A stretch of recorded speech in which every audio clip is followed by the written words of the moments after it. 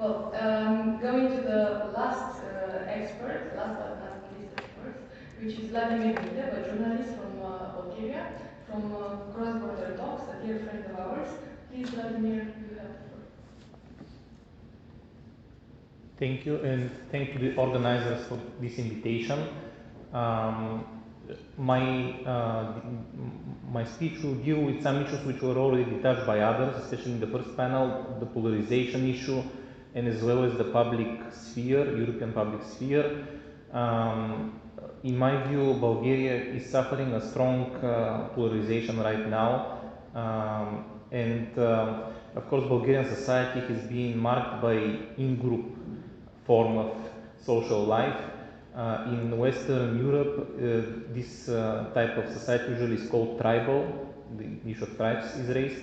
And in the case of the Balkans, usually it's used the word mafia, maybe not obligatory in the criminal way, but in the sense that people somehow live through these in-groups and lose their individuality, etc.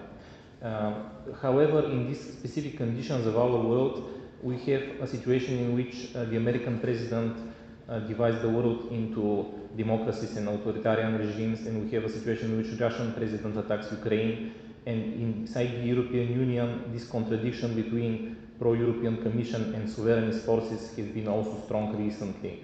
So all this, all that international context certainly strengthens the polarization and the culture of domination, mutual domination, which exists in Bulgarian society. And in my view, it has some challenges, if not even problems, to democracy. First of all, let me start with this, that at the last elections, parliamentary elections, which took place on 2nd April this year, only 40% was the voter turnout.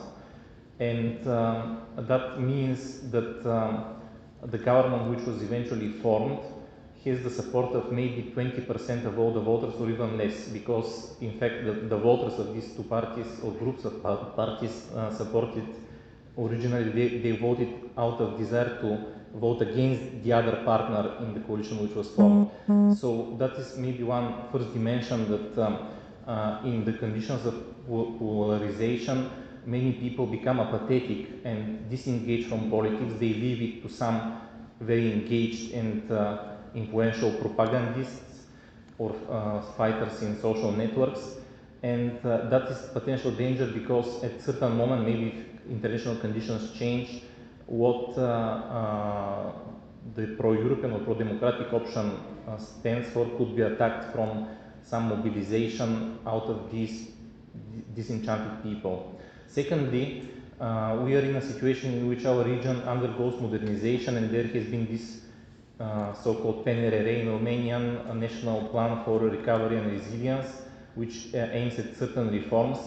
However, when you have polarized society, any attempt to bring some serious reform, such as green transition, or in the case of Bulgaria, the efforts to move the country closer to the Eurozone, it gets immediately immersed in these polarized contradictions between, let's say, Western Europe or sovereignists, or whatever you call them, pro-European Commission, and national allies or autochthonous allies.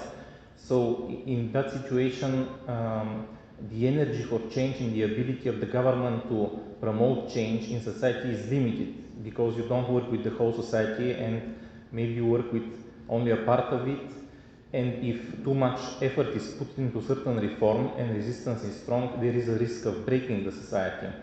However, for me, the most, maybe it's my specifics, but I am most interested in the third negative aspect of this polarization. Is related to the media space.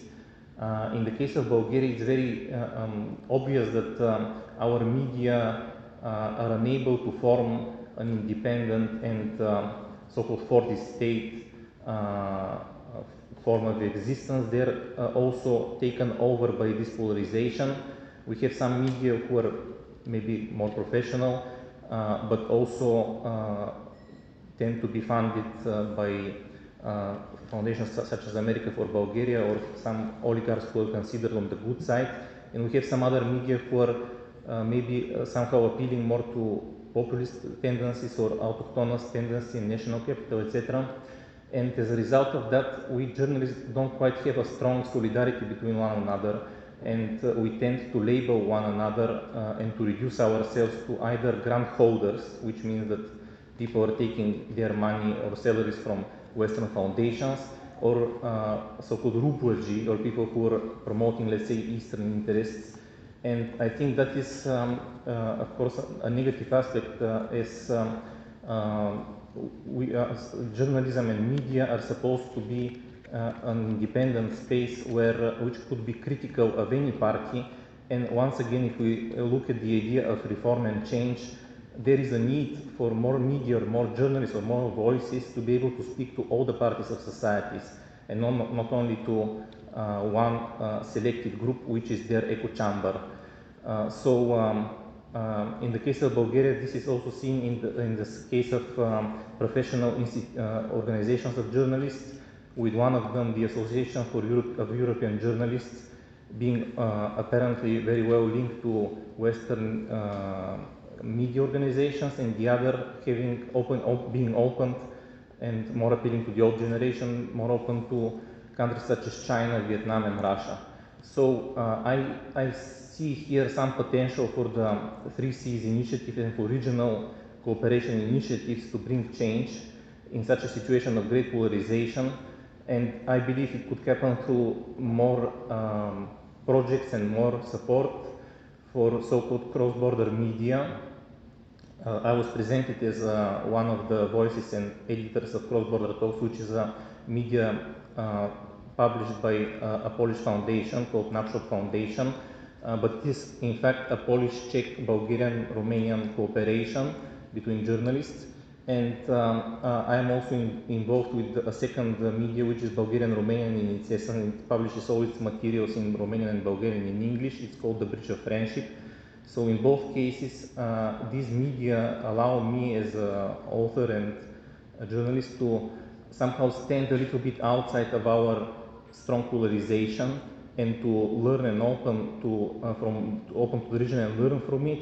And I think that could be one way to promote a more democratic, tolerant, and modern way of thinking in our societies, when we are aware of what is going on in our region or in our neighboring countries, when we are able to be a little bit detached, a little bit looking with certain buffer to our national strong passions, maybe we will be able to really grow in peace and become more sophisticated in our thinking, which I think is one of the ideas of what some of other speakers discussed about European citizens and European public sphere. So my entry here is that, or my proposal, if you wish, is that 3Cs initiatives could think not only about innovation funds or investment funds, but maybe it could also discuss internally the idea of some media funds or some possibilities for cooperation between media in the region, which could be, however, it's important that, in my view at least, the principle of support for this media should be not the one that is promoting polarization. So for me, it's very interesting to choose in a way not either or, one side or the other, but to choose both any poles in our societies and be able to change them. Thank you. Thank you everyone. I would love to have more, enough time for interactions, especially in the academic world where accustomed with back and forth questions. I would love to speak about Lippmann and John Dewey, about public sphere and many other topics. So sure we have the chance to do this today during lunch, but also in the future cooperation, because I'm happy you mentioned you have been close to our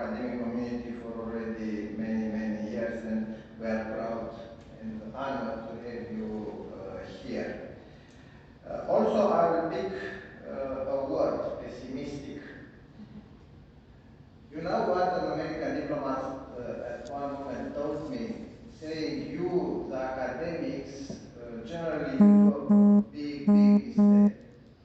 You are trying to explain everything and to find a logic in the event, when in fact the society sometimes is not coherent and not necessarily there is a logic behind.